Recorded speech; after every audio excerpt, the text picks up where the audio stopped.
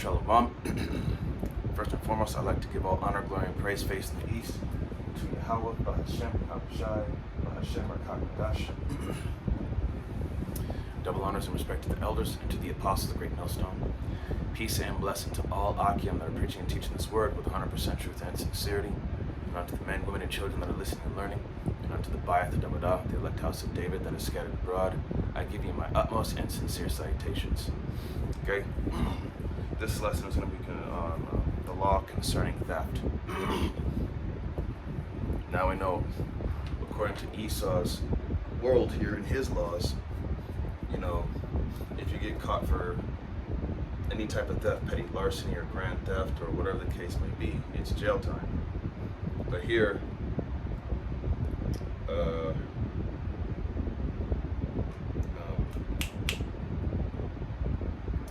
according to scripture here, you have to make restitution. Which let's see here.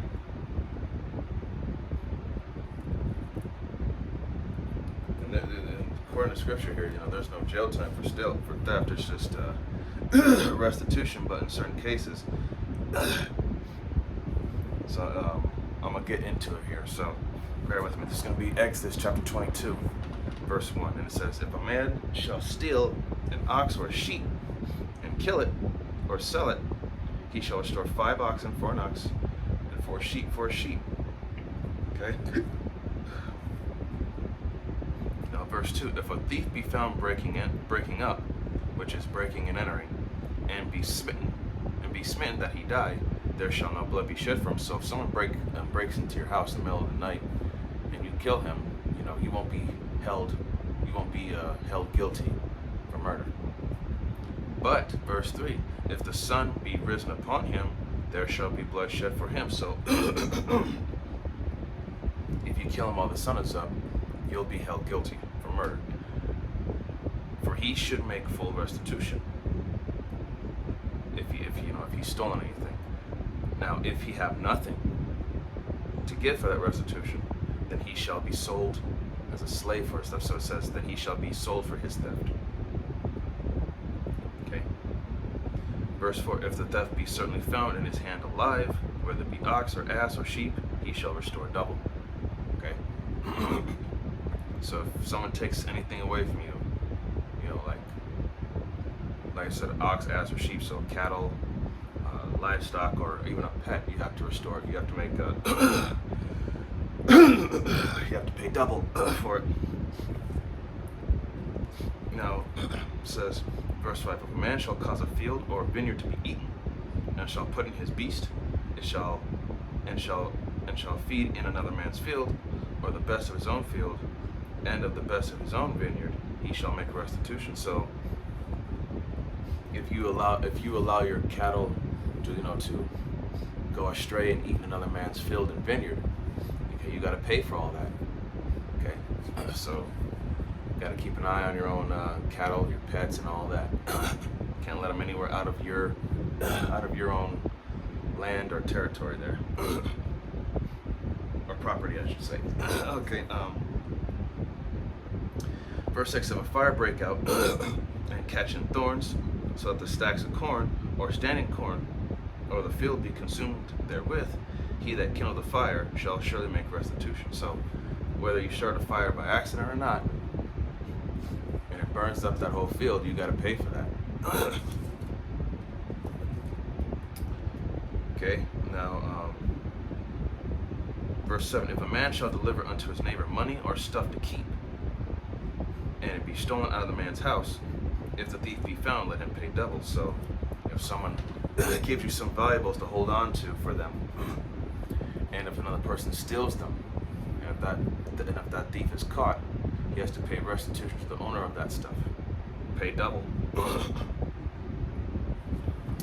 Okay, verse 8, "If the thief be not found, then the master of the house shall be brought unto the judges to see whether he hath put his hand unto his neighbor's goods." So if someone gives you their valuables to hold on to, and someone takes it, and if that thief isn't caught, it's going to be you that's going to be tried before the judges to see if you're innocent or guilty of taking your neighbor's stuff whom he entrusted you with. Um, 9 for all verse 9 for all manner of trespass, whether it be for ox, for ass, for sheep, for raiment, or for any manner of lost thing, which another challenges to be his, the cause of both parties shall come before the judges, and whom the judges shall condemn, he shall pay double unto his neighbor. So you have two people fighting over something, whether that stuff be yours or his. The judges have to make that decision, and whoever is, guilty of theft, they shall be condemned, and you have to pay double unto the other person. But if it's the other way around, vice versa, then they have to pay double unto you. Verse 10, if a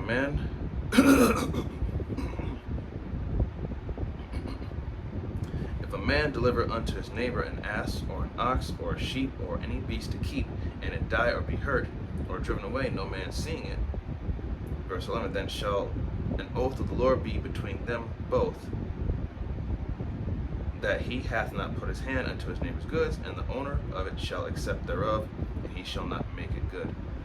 So if you give your cattle or a pet into the care of another, and something happens to it, like it gets injured, or it dies, or it runs away, and nobody notices it,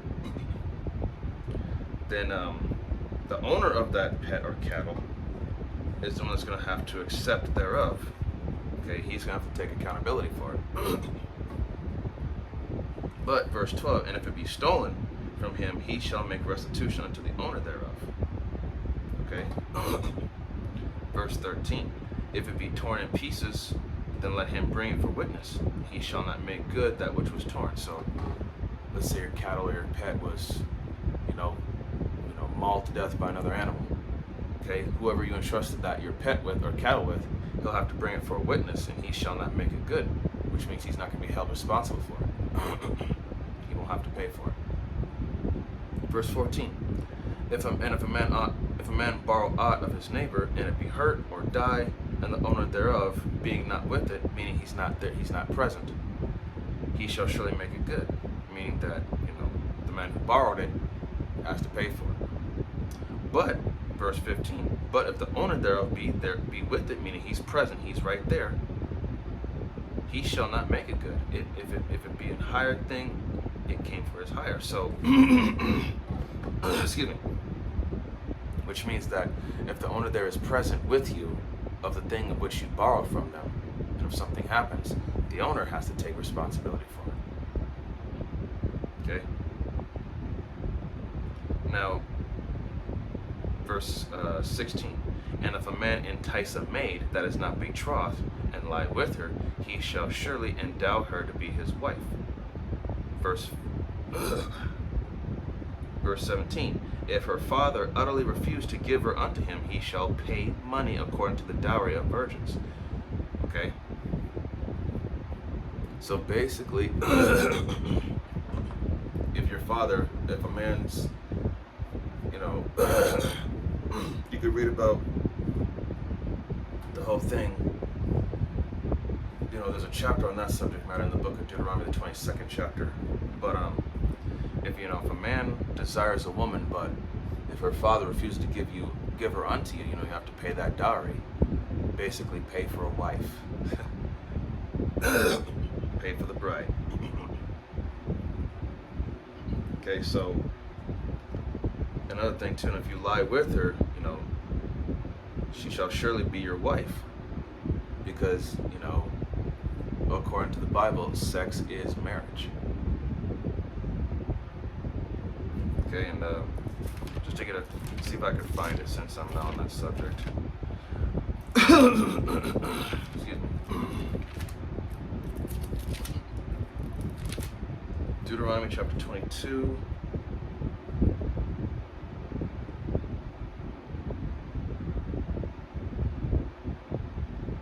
Let's see.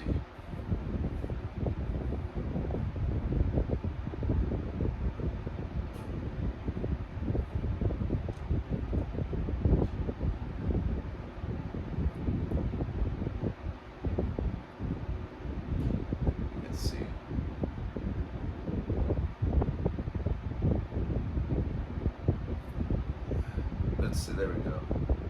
Deuteronomy chapter 22, verse 28, and it says, if a man find a damsel that is a virgin, which is not betrothed, and lay hold on her, and lie with her, and they be found, then the man that lay with her shall give unto the damsel's father 50 shekels of silver. Then she shall be his wife, because he hath humbled her. He may not put her away all his days. Okay? So, that right there covers that part. So if a man finds a damsel, a young maid, a virgin, a young woman of the marriageable age, which is not betrothed, which means she's not married to another man, and has never known a man, and he lay hold on her and lie with her, he just simply takes her, grabs her up, and does the deed. And if they be found, then he has to pay the father, that dowry, 50 shekels of silver. And she shall be his wife, and he may not put her away all his days. So she is to stay with him, and he cannot put for the rest of her life, and he cannot put her away at all. I mean, he can't divorce her or get rid of her. That's his wife for life. Excuse me. Okay, now.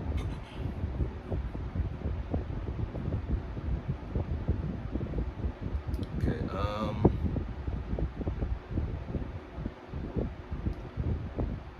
gonna keep reading down. I'll drop down to. Excuse me.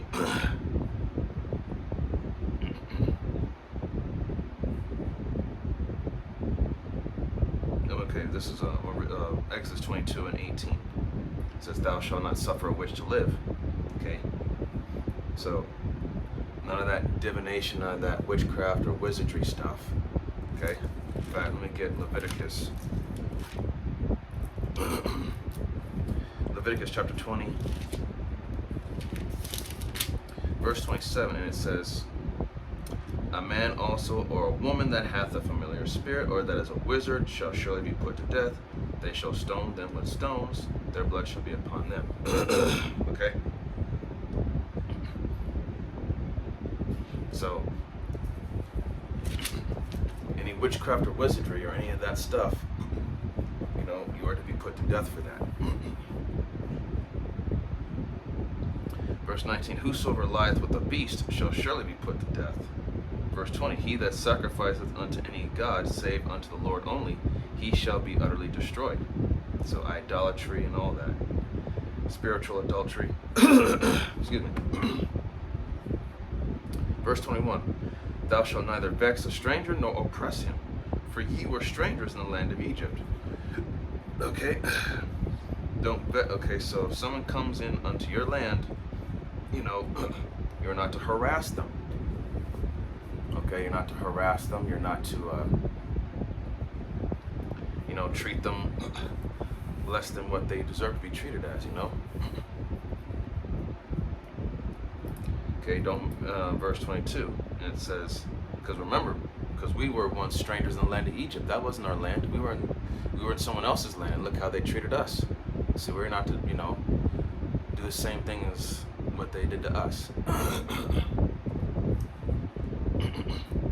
Okay, don't treat anybody with rigor. Don't be harsh. Don't harass. Don't do any of that. Verse 22, "Ye shall not afflict any widow or fatherless child." 23, "If thou afflict them in any wise, and they cry at all unto me, I will surely hear their cry." Verse 24, "And my wrath shall wax hot, and I will kill you with the sword, and your wives shall be widows, and your children fatherless." Okay, so do not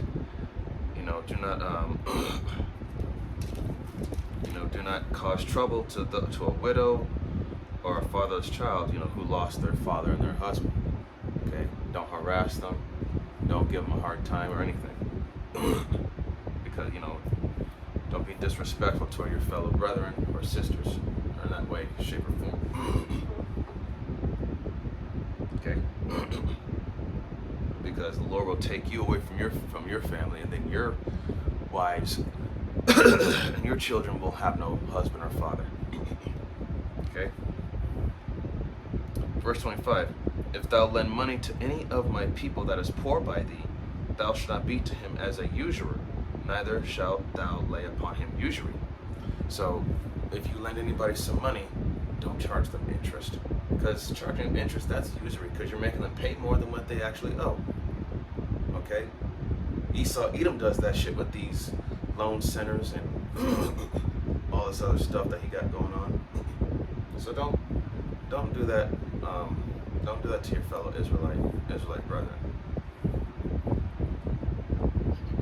Okay. First, in fact, let me see if I can.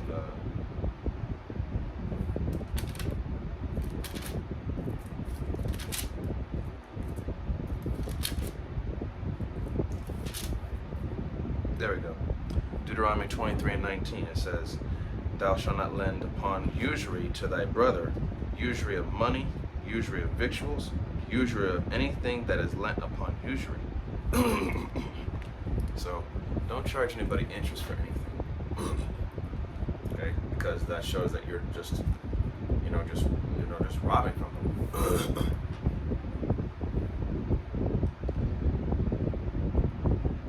Okay,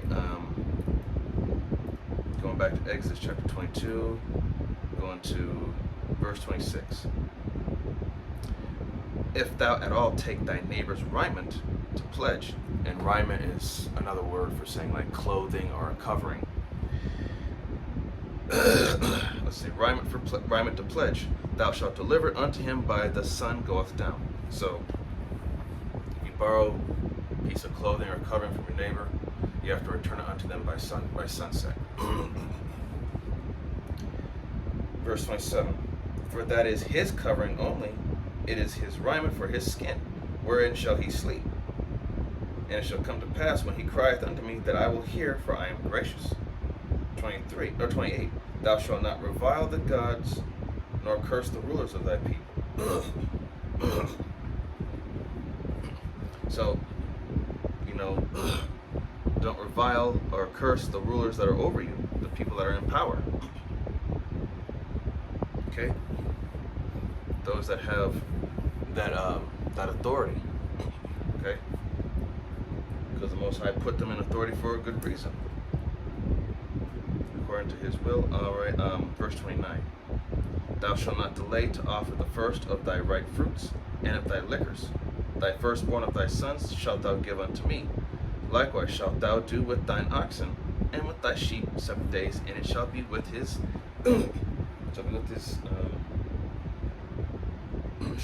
dame.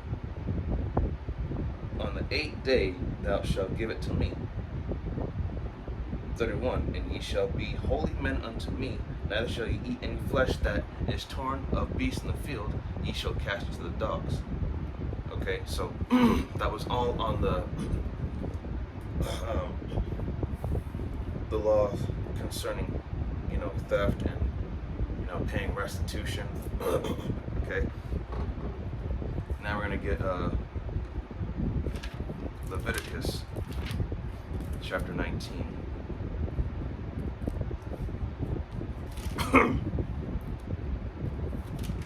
Leviticus 19 verse 11. And it says, Ye shall not steal, neither deal falsely, neither lie one to another. 12. And ye shall not swear by my name falsely, neither shalt thou profane the name of of thy power. I am the Lord. Verse 13. Thou shalt not defraud thy neighbor, neither rob him. The wages of him that is hired shall not abide with thee all night until the morning. Okay, so do not steal, don't deal falsely, neither lie to one another, neither defraud thy neighbor. Don't cheat them out of anything, don't rob them. Give them their due, what they deserve. When it comes to wages, if they worked hard for this, give them what they, pay them for what they, for what they put in. Okay, don't cheat nobody, and don't swear falsely by the Lord's name. Okay, and don't profane the name of the Lord either. Don't shame him. Don't shame the Lord. Do not give his name a bad reputation. Okay.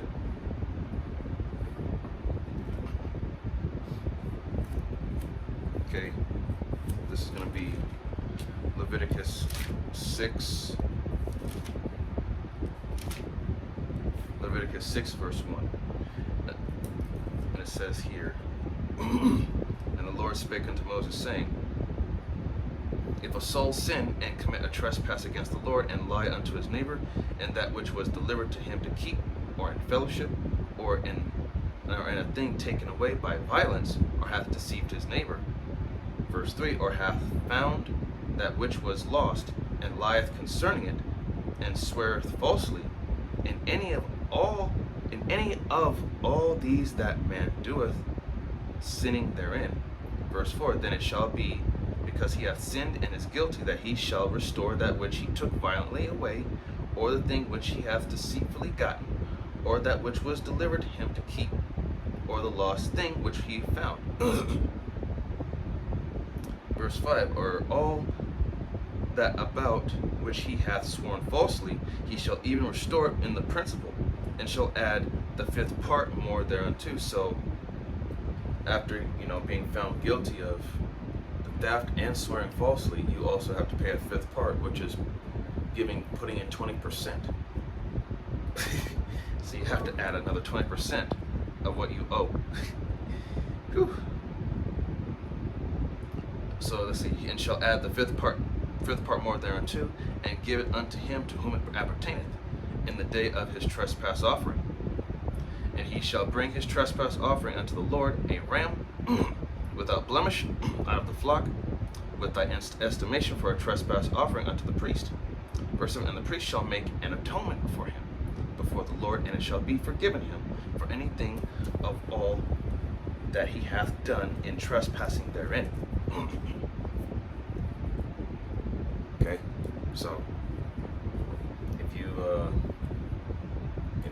take something by violence or by deceit, or you swear falsely by it, if it be lost and found, but you lie about it concerning the matter, okay, you have to not only you have to restore all of what you've took, but you also have to pay you have to pay an additional 20% and give a ram without blemish out of the flock for that trespass offering.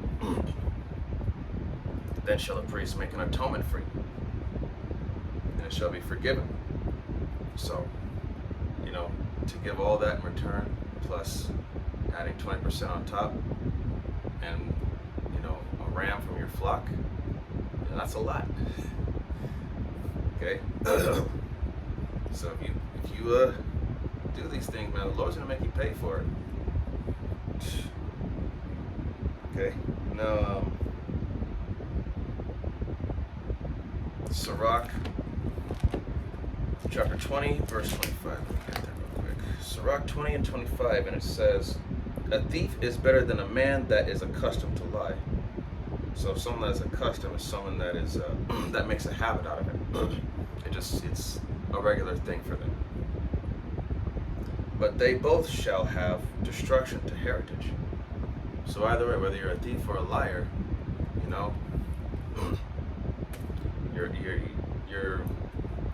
your path only ends in destruction. For lying lips is an abomination unto the Lord, and in fact, let me get this one scripture. This is going to be Psalms. Excuse me, book of Psalms.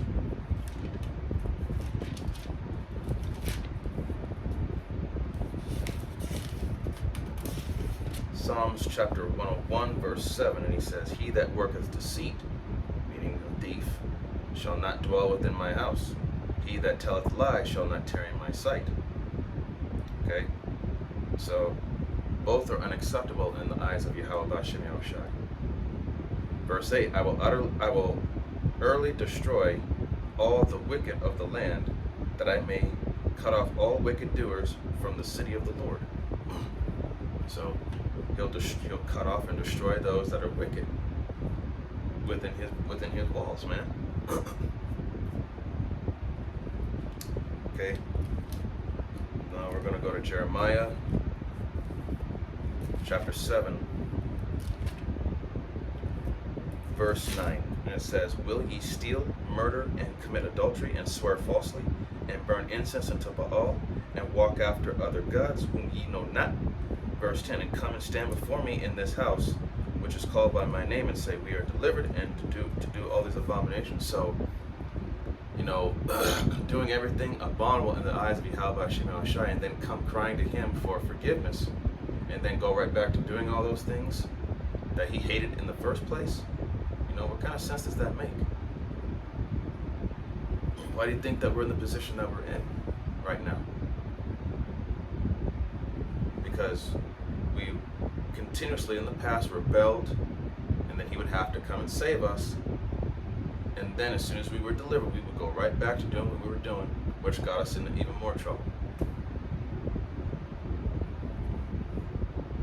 Verse 11, is this house which is called by my name become a den of robbers in your eyes? Behold, even I have seen it, saith the Lord. So yes, we've become a den of thieves, liars, and cutthroats. We have,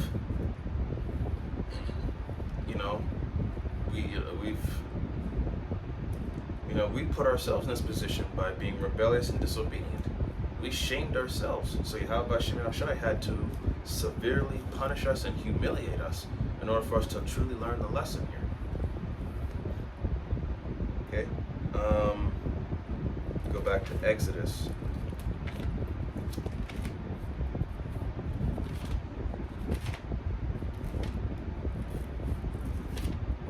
Exodus chapter 20,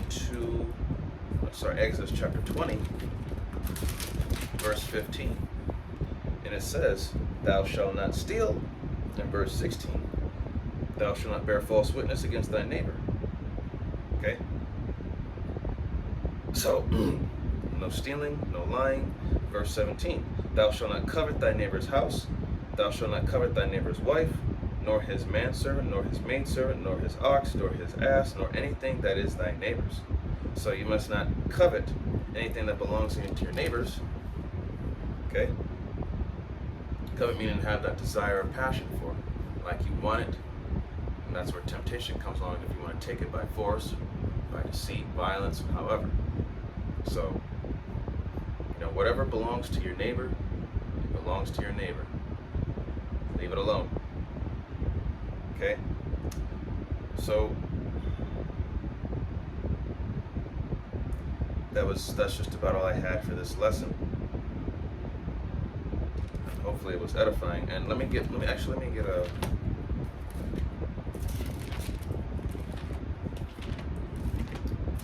slot here. Let me get Ephesians chapter 4, verse 28. And again, when it comes to theft, Ephesians 4 and 28. Let him that stole steal no more, but rather let him labor, working with his hands the thing which is good, that he may have to give to him that needeth. Okay? So it's better to work with your hands and earn your wages than to steal and get caught and have to pay restitution. So better to work with your hands, earn your wages, and give to those that are in need, if you have the finances to do it. Okay? So it's better to do honest work than to, commit theft. Alright? So that's all that I had for the lesson, the law concerning theft. Well, it was edifying. With that, I'd like to give all honor, glory, and praise facing the east to Yahweh, Bahashem, Yahweh Shai, Bahashem, Rakat Dash. Double honors and respect to the elders and to the apostles of the Great Millstone. Peace and blessing to all Akim that are preaching and teaching this word with 100% truth and sincerity, and unto the men, women, and children that are listening and learning, and unto the Baath, the Dawadah, the elect house of David that is scattered abroad. I give you my utmost and sincere salutations. See you in the next lesson, Lord willing. Kwame Asherallah, Wa Abad Babal. Shalom, Barakatam.